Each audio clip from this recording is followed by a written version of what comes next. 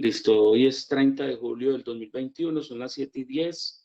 Vamos a iniciar un caso clínico con análisis sistemático, versión Duque, caso clínico síndrome Guillain-Barré.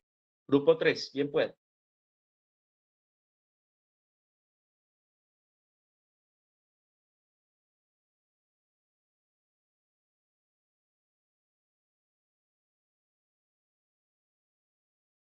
Listo, muchachos.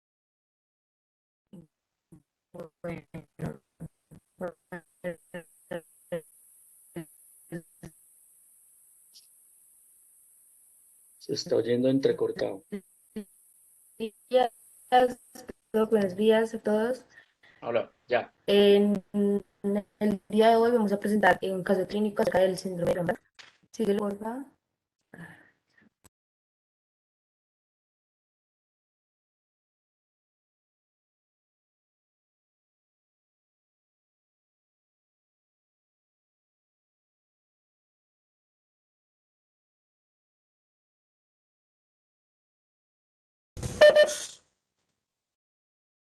Ok.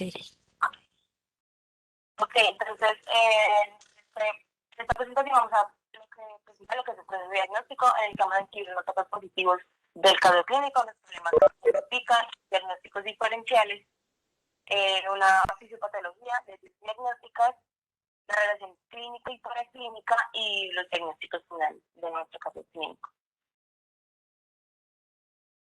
¿Bueno?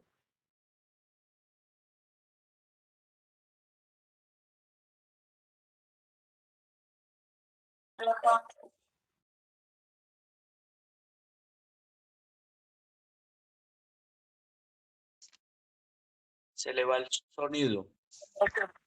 Ok. Tal. Dentro de los datos positivos tenemos un motivo de consulta del menor de duele la barriga. Dentro de la enfermedad actual tenemos que es un joven de 14 años que acude al servicio de urgencias por un dolor abdominal de unas horas de evolución, le acompaña de náuseas, mareo y debilidad generalizada. Al estar sumado en camilla de emergencia sufre un gran temblor y tras ello avisa que no puede mover brazos ni piernas.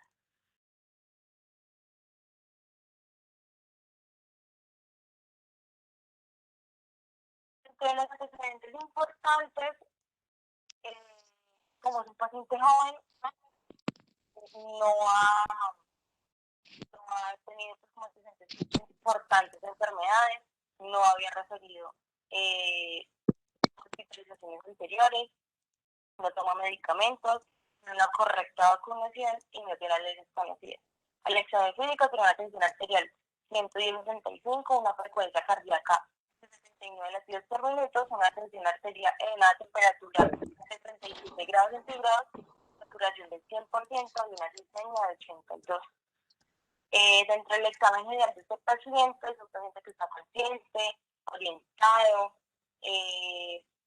no presenta espasmos, no presenta movilidad de miembros inferiores y superiores y su sensibilidad. La sensibilidad está conservada.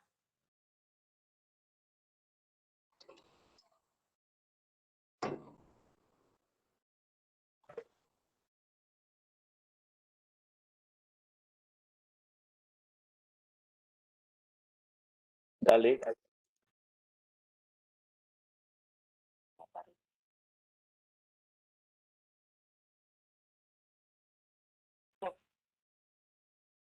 En el computador no aparece. Ya.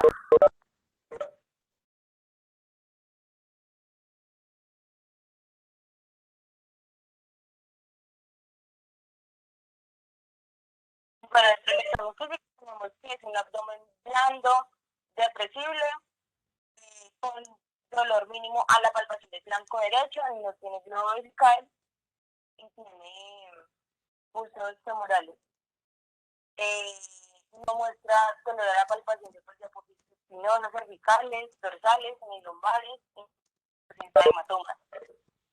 El examen neurológico, extremidades,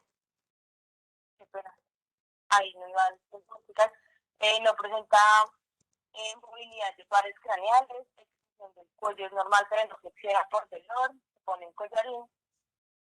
No es muy corriente de dedos y manos y pies y disminución de tono de miembros superiores. Pero tiene reflejos positivos en cuatro extremidades y en tono correcto.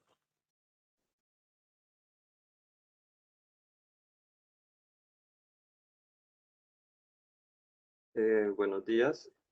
Bueno, en tanto la identificación del problema, como acaba de decir mi compañera Daniela, lo principal, pues el motivo por el que consultó el paciente que fue el dolor abdominal, la tetraparesia obviamente, y ya pues síntomas muy específicos que estarían las náuseas y el mareo.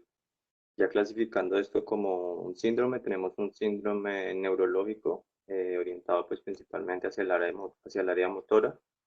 Eh, Tenemos pues también un síndrome de dolor abdominal agudo debido pues a estas molestias en la palpación abdominal a nivel del flanco derecho del paciente.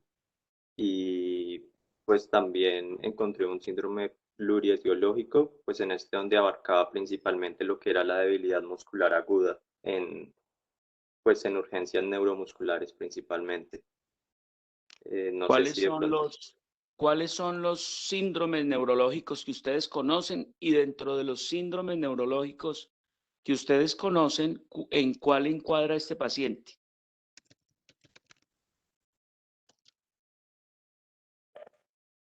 Doc, la polineuropatía desmielinizante inflamatoria.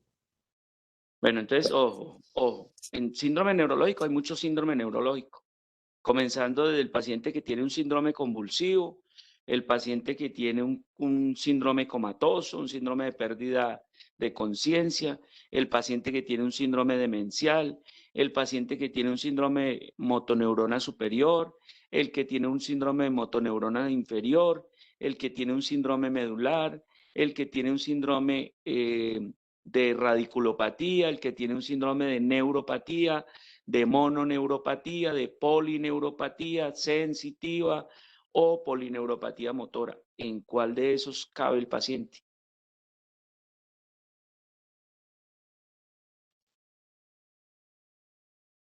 O sea, ¿eso es un síndrome de motoneurona superior o es un síndrome de motoneurona inferior?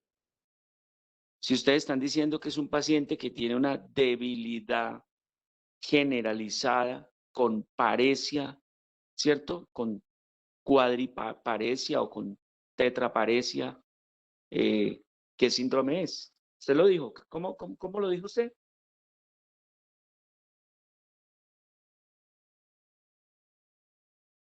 ¿Un síndrome de qué? El de la polineuropatía desmielinizante. Bueno, entonces podría ser un síndrome de polineuropatía de componente motor. ¿Listo? De polineuropatía de componente motor. ¿Listo? Digamos que ahí lo encuadramos para poner, porque es que poner síndrome neurológico, poner síndrome plurietiológico, eso no dice nada. O sea, eso es una cosa genérica que hay que ponerle siempre apellido. Entonces, para que lo tengan en cuenta. ¿Listo? Continuemos. Listo. Siguiente, por favor.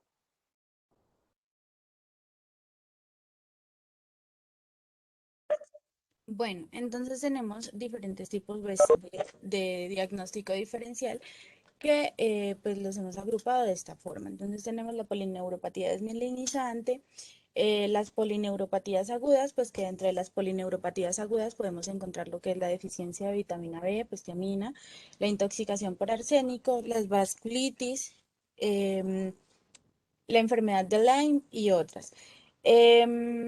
También hay trastornos de la unión neuromuscular como el volutismo y la miastenia gravis, y hay trastornos de la médula espinal, como por ejemplo la compresión de la médula espinal, la mielitis transversa aguda, y trastornos musculares como la polimiositis aguda, la miopatía por enfermedad grave y la neuropatía por enfermedad grave. Dale siguiente, por favor. Bueno, entonces tenemos que la polineuropatía desmielinizante también es conocida como la polirradiculoneuropatía desmielinizante inflamatoria crónica. Bueno, esta es conocida por... Sí, Excelente. Una paradita. la diapositiva anterior sirve muchísimo, muchísimo para hacer el enfoque diagnóstico de precisión del paciente. Si quieres, se la devuelve exacto, porque eso me parece muy bien. El enfoque que está ahí, muy bien. Entonces uno casi que aborda primero las posibilidades de que no sea una de esas etiologías, porque toda debilidad muscular, uno tiene que empezar, venga, ¿qué está pasando? El paciente no mueve un músculo, no mueve una extremidad. ¿Por qué? No mueve una extremidad porque tiene una motoneurona superior afectada. O sea, podría ser una esclerosis lateral, por ejemplo, amiotrófica, que es una motoneurona superior. Entonces, o podría ser porque definitivamente el paciente tiene un problema a nivel medular, porque tiene una mielitis transversa aguda. O podría ser porque sencillamente la conducción de la transmisión desde la médula hasta el nervio periférico esté afectado, entonces una polimeropatía, o definitivamente es una patología de la neuromuscular, como la miastenia gravis, o podría ser una patología por una miopatía, entonces ya estamos hablando, es una polimiositis, una miopatía de una polidermatomiositis, o una miopatía de una enfermedad degenerativa. Entonces ese es el enfoque que uno siempre debe hacer y siempre debe casi que descartar, decir, ¿por qué de pronto no es un botulismo? ¿O por qué de pronto en vez de un Guillain-Barré, como podría ser, no es una polineuropatía de una diabetes o cosas como es? Entonces ahí sí, continúen en donde va, dale, sigan el enfoque que tienen.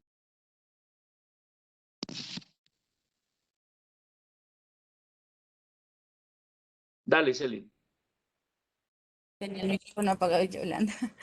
Bueno, entonces les venía comentando que la polineuropatía desmielinizante inflamatoria crónica también pues es conocida como polirradiculoneuropatía desmielinizante inflamatoria crónica.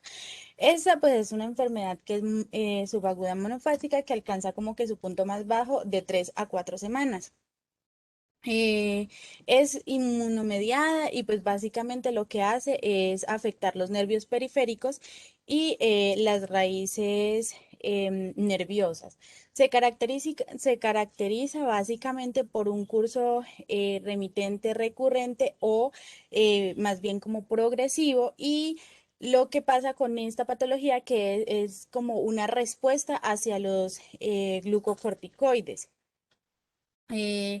Tiene características pues como electrodiagnósticas y patológicas de desmielinización. Básicamente ella se manifiesta como una neuropatía que va a ser simétrica y que tiene un predominio a nivel motor. Ella produce dolor y debilidad muscular tanto a nivel distal como proximal. Em, También puede generar lo del pie caído, entonces el paciente tiende a caerse mucho y él tiene dificultad para hacer actividades finas, como por ejemplo amarrarse los zapatos, y se presenta pues como con muchos temblores. Siguiente, por favor. Dentro de las neuropatías agudas, pues está lo que es la deficiencia grave de vitamina B1, pues que es conocida como la tiamina, la intoxicación aguda por arsénico. También está la de inhalación por pegamento, las vasculitis, la enfermedad de Lyme, la parálisis por garrapatas, y esto es principalmente presentada pues en niños, la porfiria, la sarcoidosis, las enfermedades leptomeningias, las enfermedades críticas y paraneoplásicas. Estos diagnósticos pues se descartan a través del laboratorio, pues enviando pues el examen de tiamina para descartar pues lo de la deficiencia de vitamina B1. Pruebas reumatológicas, los títulos de Lyme, y para la porfiria pues la prueba de orina. Hay algunos estudios pues, que se hacen también como los de conducción nerviosa y el análisis en el líquido cefalorraquídeo, que eso pues pueden descartar estas patologías, y podríamos concluir pues que es un Guillain-Barré. Hay unos pacientes pues que se presentan con vasculitis y ellos tienen afección de los nervios periféricos y entonces estos pacientes tienen dolor intenso, pero cuando un paciente tiene vasculitis, generalmente el diagnóstico pues tiende a asociarse como a una poliarteritis nodosa, a una artritis reumatoide, a una granulomatosis eosinofílica con poliangiitis, que es conocido pues como el síndrome de Church-Strauss, y pues el trastorno como del tejido conectivo. En las vasculitis tienden a presentarse como síntomas sistémicos que pueden ser como la pérdida de peso y la fiebre, y también te pueden terminar pues afectando pues como otros órganos. Y también para hacer el diagnóstico de este, pues se hacen como pruebas electrofisiológicas, la biopsia de los nervios y los músculos que van a desviarnos como hacia el diagnóstico de vasculitis y no hacia Guillain-Barré. Dale siguiente, por favor. Bueno, dentro de los trastornos de la médula espinal tenemos lo que es la compresión de la médula espinal o la mielitis transversa aguda. Estas se pueden pues confundir con el síndrome de Guillain-Barré porque los reflejos pueden estar deprimidos en una etapa aguda de la enfermedad. Estos pacientes que tienen lesiones pues como en la médula espinal tienden a tener como disfunción en en el intestino, en la vejiga y a nivel sensorial. Entonces ellos apuntan más como a una mielopatía. Para estos pacientes, entonces, hay que mandarles imágenes con resonancia magnética para diagnosticar, pues, o demostrar como la lesión focal a nivel de la médula espinal. Mm, pues bueno, en el síndrome de Guillain-Barré a menudo tienden a tener dolor en la columna lumbar. Entonces a ellos generalmente pues se les manda como su imagen diagnóstica para pues descartar este diagnóstico. Siguiente, por favor. Bueno, entre los trastornos de la unión neuromuscular tenemos pues al volutismo y a la miastenia gravis. Los dos tienden a producir pues lo que es una debilidad aguda. Entonces, el volutismo es un síndrome neuroparalítico que es raro, pero este es potencialmente mortal. Este se produce pues por la acción de una neurotoxina que es producida por la bacteria Clostridium botulinum. Bueno, no sé cómo se dice, botulinum, sí, así, eso. Em, se considera, pues, o le dicen, pues, que la conocen más como la intoxicación por salchichas, pues, por la imagen del parásito, bueno, de esta bacteria, perdón. Mm, mm, mm.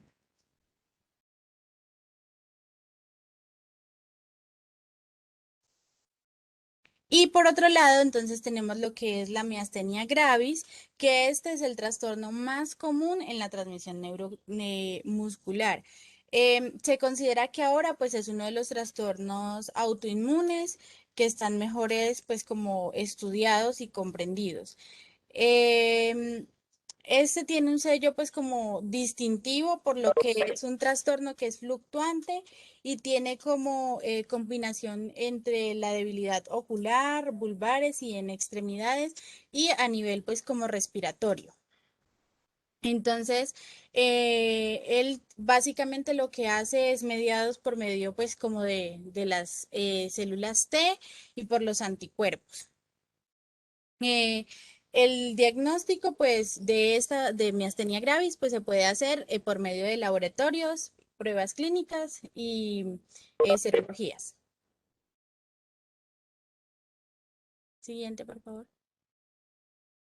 Y ya en la poliomiositis aguda, em, Y la polimiositis, la miopatía y la enfermedad grave, la neuropatía, básicamente decía que esto lo que hacían era presentarse como una parálisis aguda, pero más que todo la miopatía por enfermedad grave y la neuropatía por enfermedad grave. ¿Ya? Siguiente, por favor.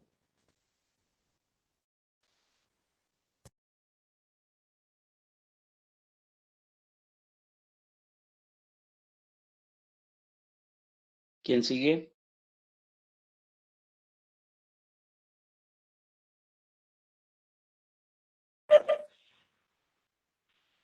Dentro de la fisiopatología, observamos que, bueno, esta patología como el síndrome de Guillain-Barré, pues no es una enfermedad tan frecuente. Sin embargo, se presenta como en 1 a 4 casos de cada 100.000 habitantes y está muy relacionada con procesos infecciosos que pueden durar de 1 a 3 semanas posterior a la presentación del cuadro clínico. Dentro de estas infecciones encontramos Campylobacter jejuni, citomegalovirus, virus del Epstein-Barr. Están muy relacionados con la posterior aparición de esta enfermedad. En el momento que estamos viviendo, ¿qué habría que preguntarle al paciente referente a la patología que tenemos? Es decir, estamos viviendo un momento, ¿qué habría que preguntarle? Porque habría algo que conecta la situación actual con lo que está apareciendo en este paciente. ¿Cuál es? El dolor abdominal. No. Interesa por... No, otro. el COVID-19. Claro, pero sí, uno es COVID y la otra es ¿qué hay relacionado con el COVID que podría terminar degenerando en un Guillain-Barré? ¿Qué ha reportado la literatura en este momento? Hay unos casos por ahí referenciados. ¿Qué le están colocando para...? Creo que la vacuna de Johnson Johnson. Eso. Exacto. La vacunación previa con Janssen y Johnson, aunque cualquier vacunación igual. Y el mismo COVID, que acuérdense que en los síndromes post-COVID están apareciendo también los síndromes neurológicos de polineuropatías. Eso es. Continúe. Ok, sí. Entonces, posterior a poder presentar un cuadro infeccioso por estos microorganismos, pues la persona puede llegar a presentar cuadros infecciosos o cuadros respiratorios anteriormente, por lo cual es muy importante siempre indagar por enfermedades infecciosas anteriores, cuándo inició, cuándo terminó, qué vacunaciones tiene, porque pues está estrechamente relacionado la aparición de estas enfermedades infecciosas con el síndrome de Guillain-Barré. Lo que sucede es que estas infecciones van a generar una respuesta inflamatoria que va a ser reconocida por macrófagos. Estos macrófagos pues van a reconocer lo que son las paredes celulares de estos microorganismos y los linfocitos B, que también pues tienen el mismo receptor. Se lo va a presentar a las células CD4 que estas células, estos linfocitos CD4 van a generar una respuesta tipo TH2. En esta respuesta tipo TH2 van a promover la formación de interleuquina 3, 4, 5 y 10, que van a promover lo que es la maduración de este linfocito B, haciendo que se convierta en plasmocito, y este plasmocito ya es capaz de generar inmunoglobulina. Entonces, genera esta inmunoglobulina tipo G. Las vainas de mielina tienen una molécula que se llama esfingomielina, que es muy similar a los lipopolisacáridos que están en las membranas estos microorganismos infecciosos. Lo que promueve es que haya mimesis, y estas inmunoglobulinas lo que van a hacer es atacar la esfingomielina, porque lo hace parecer como si fuera el patógeno. Y además de esto, lo que va a generar es que los canales de sodio que están en los nódulos de Ranvier van a abrirse y generar lo que es una entrada de sodio y impulsos saltatorios. Y va también pues a destruir la mielina. Lo que hace es que esta conducción de las señales se va a alterar. Estos ritmos saltatorios pues, lo que va a generar es daño y destrucción de la mielina y de las señales que envía. Por lo tanto, entonces vamos a observar lo que es cuadriparesia. Ese IgG va a expresar un anti-GM1 para la polineuropatía mielinizante aguda. También va a producir esa anti-G1, anti-GM1, una neuropatía axial motora aguda, el anti-GT1A y el GBX para el síndrome de Miller-Fisher, y el anti-G1TA para la neuropatía cérvico-braquial faríngea aguda, que es muy importante porque pues va a generar lo que son alteraciones ya a nivel cervical y faríngeo, donde tenemos lo que es la permeabilización de vías aéreas. Bien.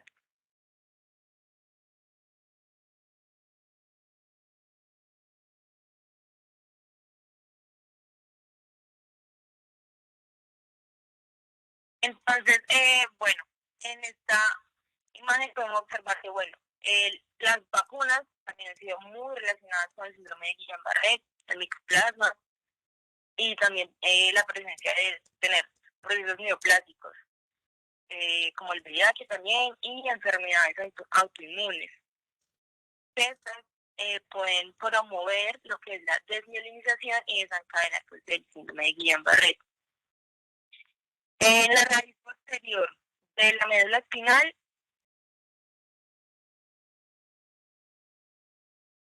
pues que se encarga de lo que es la función sensitiva, pues va a generar déficit sensorial, disminución de la temperatura, disminución del dolor y pues parestesia. Si esta desminización está a partir de la raíz anterior, pues lo que va a generar es una afectación motora. Ya sabemos que esta parte anatómica de la médula espinal está encargada de lo que es la función motora, y el paciente lo que va a empezar a desarrollar es la debilidad hasta llegar a una parálisis. Esta parálisis puede ser de tipo rápida, que es lo que caracteriza básicamente a este síndrome de Guillain-Barré. Se ven en miembros más que todo distales y puede ascender hacia el diafragma, promoviendo entonces ya lo que es una falla respiratoria y posiblemente en los casos más graves hasta la muerte del paciente.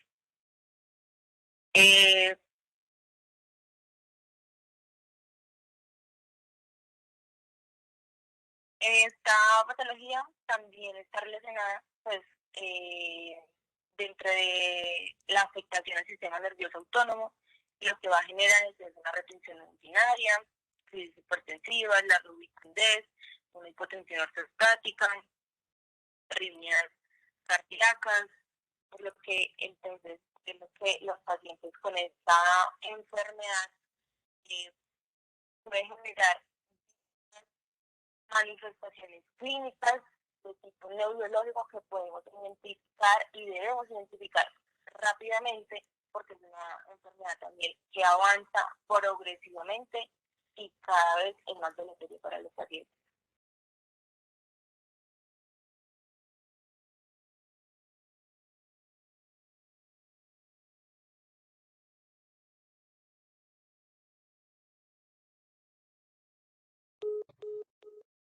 Bueno, se me escucha, qué pena.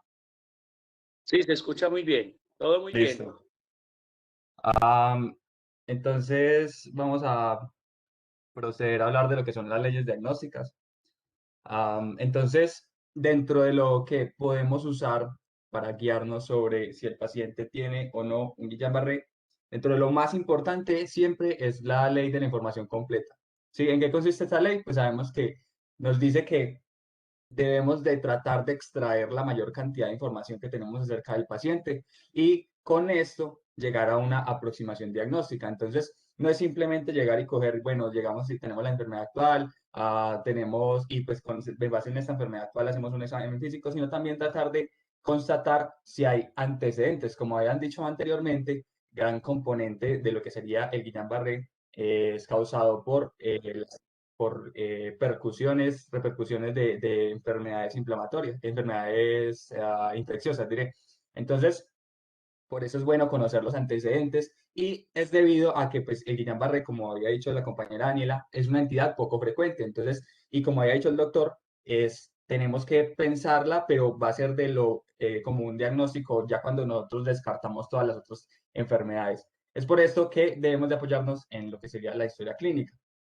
Algo que uno se puede preguntar es, bueno, ¿puedo usar o puedo no usar la ley de lo más frecuente? Y pues si lo relacionamos a que es una enfermedad huérfana, que son muy poquitos casos, más o menos aproximadamente, pues la incidencia, ellos tienen como un pico de incidencia, entonces tenemos un pico en infancia, luego a los 40, 50 años, y ya cuando es posterior a los 80 años, ellos reportan que más o menos se pueden dar 6 a 7 casos por cada 100.000 habitantes vivos. Entonces, pues es importante reconocer esos picos en la infancia, dado que pues puede ser que se esté relacionando con el individuo, pero como tal, usar la ley de lo más frecuente es posible, pero no es como lo ideal. ¿Por qué? Porque pues, hay muchas enfermedades que pueden asemejar estas sintomatologías, como ya lo había dicho la compañera Selen, y pues por eso no es como tan usada.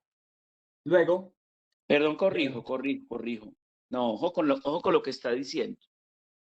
Uno tiene muchas leyes, pero hay dos leyes que deben de estar como, yo utilizo la expresión en la punta del geniogloso. Es decir, cada que se enfrenta uno a un paciente, uno tiene dos grandes leyes que son una esta, y sencillamente es que recuerde que cuando uno se enfrenta a un cuadro clínico, el cerebro activa procesos heurísticos. Y esos procesos heurísticos dependen de muchas cosas. Uno, de la posibilidad que de acuerdo a la prevalencia de las patologías en el medio.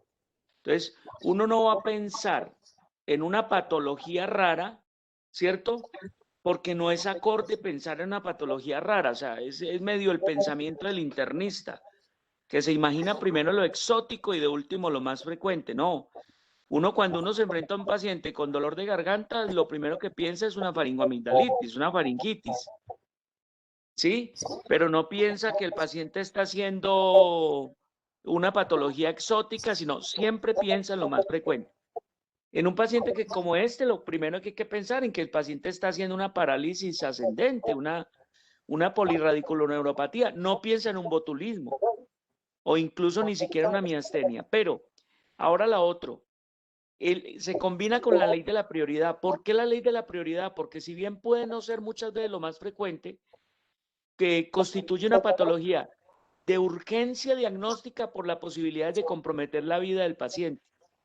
El mismo Guillain-Barré puede comprometer la vida del paciente. Entonces, ahí se convierte en la ley de lo más frecuente y se convierte en la ley de la prioridad. ¿Sí les queda claro o no? sí, doctor. Listo, continúa. Perfecto. Bueno, también tenemos lo que sería la ley de Agatha Christie, que esta pues sabemos que es como la trama detective, está tratando de buscar cómo fue esa evolución o esa historia natural de la enfermedad. Pero entonces acá nos preguntamos varias cosas. Primero, ¿cuál sería el culpable? ¿Bajo qué circunstancias? Y pues, ¿cuál fue el arma que se empleó? También se utiliza, por ejemplo, si hay cómplices, cuál fue la víctima y si hay otros sistemas afectados. Entonces, para resolver como todas estas incógnitas, pues sabemos que entre los culpables lo más probable es que sea derivado de una infección tanto viral como bacteriana, o pues todas las otras causas que tenemos. También tenemos que, bajo qué circunstancias y qué arma se usó, pues sabemos que, como había dicho la compañera Daniela, es por un proceso autoinmune, es por una respuesta autoinmune que va a atacar, autoinmune que es garantizada pues por lo que serían las células inmunológicas. Entonces, ¿hay cómplices o no hay cómplices? Hay varios estudios que han dicho que la parte de los factores genéticos y ambientales influyen al momento del desarrollo de la enfermedad. Esto es más que todo como relacionado a lo que es la epigenética y también el hecho de que se haya tenido o no infecciones previas. Y, por ejemplo, ya preguntaríamos cuál es la víctima, ¿sí? ¿Qué es lo que afecta? Entonces sabemos que es el sistema nervioso periférico, alterando pues todo lo que sería la parte motora y eso. Y además, ya tenemos si hay otras entidades implicadas, otros sistemas afectados, ¿cierto? Entonces, por ejemplo, encontramos el sistema osteomuscular, el sistema inmunológico, también tenemos, por ejemplo, ya en casos muy graves, que son los que se describen ya, digamos, como porque van de manera ascendente, entonces a lo peor que podemos llegar, y por esto es usada la ley de la prioridad también, es de una alteración del sistema respiratorio, llevando a falla respiratoria, etcétera, y pues en los casos en los que se describe esta alteración del sistema respiratorio, la mortalidad es muy alta. Entonces, por eso es bueno tenerla en cuenta. Por otro lado, tenemos ya lo que sería la ley de la parsimonia, ¿cierto? Que nos habla de que siempre, a pesar de que el paciente pues tiene diferentes sintomatologías, hay una noxa, ¿cierto? Entonces, la noxa, pues la sintomatología en este caso, hablamos de que pues era niño que se presentaba con los problemas gastrointestinales, síntomas generales, y ya luego lo acompañó con esa disminución del tono muscular de las extremidades. Y pues se cree que la noxa podría ser un Guillain-Barré. Entonces, pues esto sería como lo que constituye las leyes diagnósticas. Está muy bien, Mateo. Esa es la idea, esa es la idea. Quedó muy claro lo de la ley de Agatha Christie: culpable, arma homicida, cómplices, escena del crimen, y ley de la parsimonia. Si uno se encuentra frente a un paciente que tiene fiebre, que tiene odinofagia, que tiene malestar general, que tiene dolor abdominal, que tiene debilidad generalizada, que tiene dolor muscular, ese paciente lo más probable es que sea una patología la que explique todo. Y esa patología que explique todo precisamente puede ser el Guillain-Barré. Muy bien. Listo. Sigamos.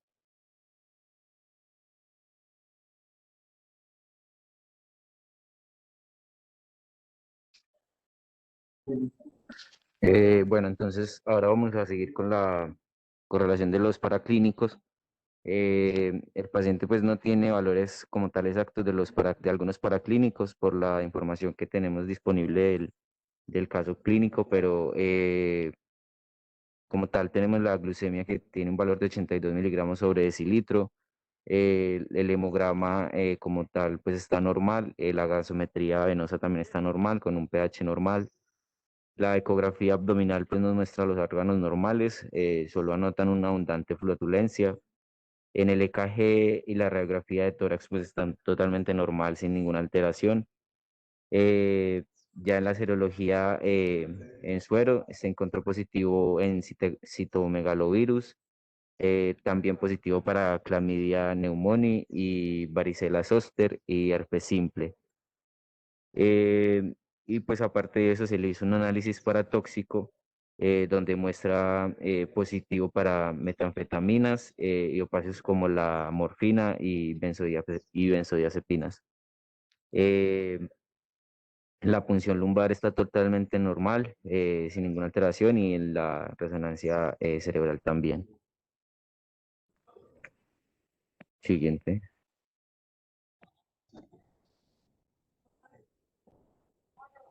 No sé.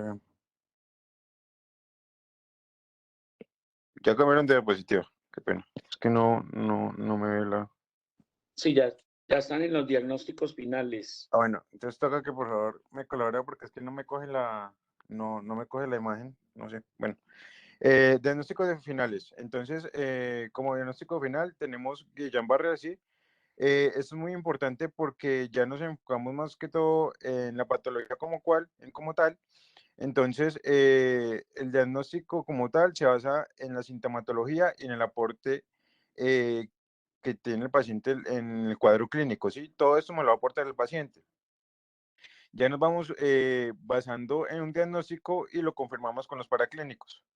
Sí, es muy importante los paraclínicos porque vamos a encontrar más adelante, se especifica qué se encuentra en cada paraclínico para, como tal, llevarnos al diagnóstico definitivo y darle pronto manejo a este síndrome.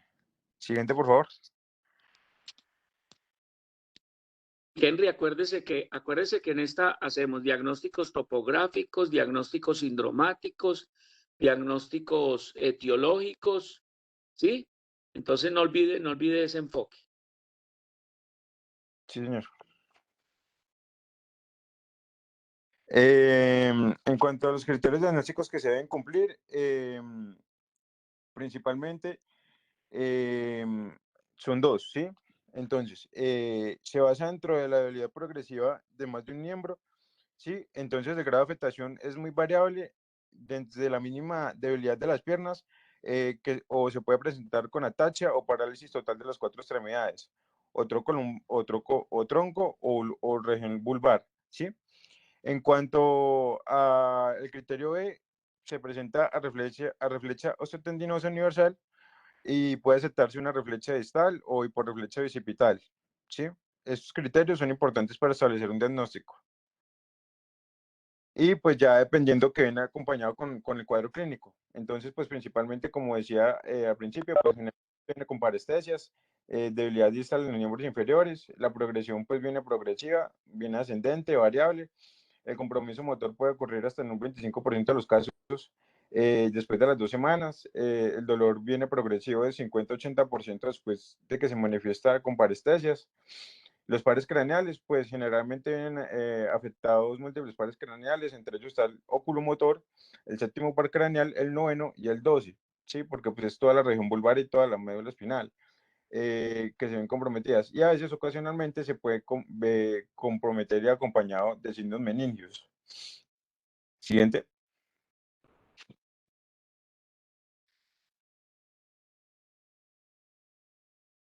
Lo que pasa es que esta diapositiva se nos movió un poquito de adelante, pero pues normalmente vamos a hablar como de los paraclínicos, que ¿me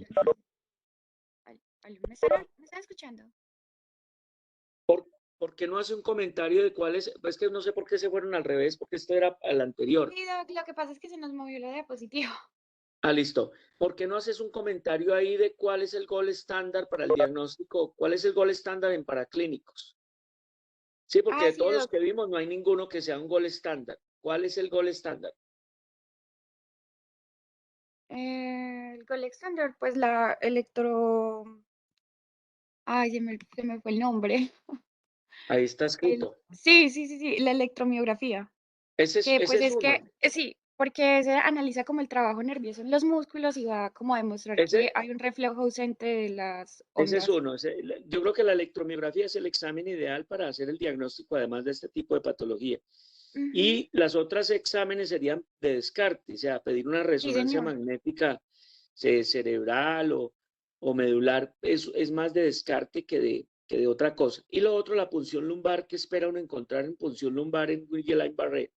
Pues ahí se debe valorar lo que es el nivel proteico y leucocitario. Entonces, Eso es lo más pues ahí... importante. Ujú. Eso es lo más Sí, señor. importante. Es el aumento de Porque, proteínas en líquido exacto. cefalorraquídeo. Pero no es una patología meningia, ¿no? Debe ser No, no, claro señor. eso. Sí, Listo. señor. Muy bien. Bueno, entonces las conclusiones que faltó. Acuerde que el diagnóstico topográfico, el diagnóstico topográfico anatómico, ¿cuál sería? Pues el sistema nervioso periférico. Sistema nervioso periférico, si estamos de acuerdo. El diagnóstico etiológico, Bacteriano o viral. digamos que es un fenómeno infeccioso, pero detrásito hay que ponerle porque no es infeccioso directo. Es Sí, una patología disparada por un fenómeno que puede ser infeccioso, inflamatorio, que puede ser bacteriano viral, pero el fenómeno propio es autoinmune, ¿no? Es autoinmune. Por eso es que los esteroides funcionan bien en estas patologías. Y el sindromático, pues ya lo dijimos, ¿cuál es? Un síndrome de...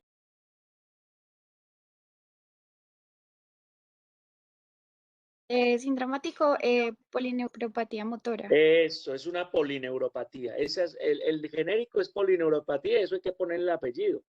Entonces, una polineuropatía y el diagnóstico específico, Síndrome de Guillain-Barré. un síndrome, una polineuropatía de un síndrome de Guillain-Barré. Listo, listo. ¿Hay otra diapositiva o no? No, señor. ¿Listo? Muéstrame la bibliografía. Dejémosla un momentico, por favor. ¿Listo? Bueno. ¿Alguna observación, algún aporte que alguien quiera hacer? ¿O el mismo grupo? ¿O los otros grupos? Muchachos. Bueno, muy bien. Listo, muchachos. Muy bien, muchachos. Muy buena revisión. Una buena patología, buena para el momento además que estamos viviendo. Hay que pensar en Guillain-Barré.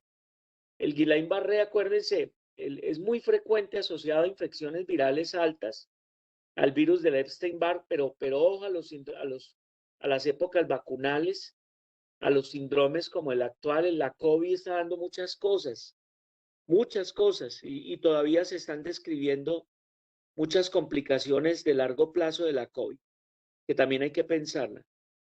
Y propiamente el Guillain-Barré no, pero se está dando algunas neuropatías, la COVID también, y como una infección viral, pues también puede desencadenar fenómenos autoinmunes también o fenómenos inflamatorios directos crónicos. Listo, muchachos, muchas gracias. Nos vemos en 8 días. El grupo sería el grupo 4 y el sistema es el linfohematopoyético. O sea, pueden tener cualquiera de las patologías del sistema linfohematopoyético. Llámese desde una enfermedad tipo poliadenopatías hasta una anemia o un fenómeno de coagulación, un fenómeno de hemorragia, un síndrome hemorragíparo.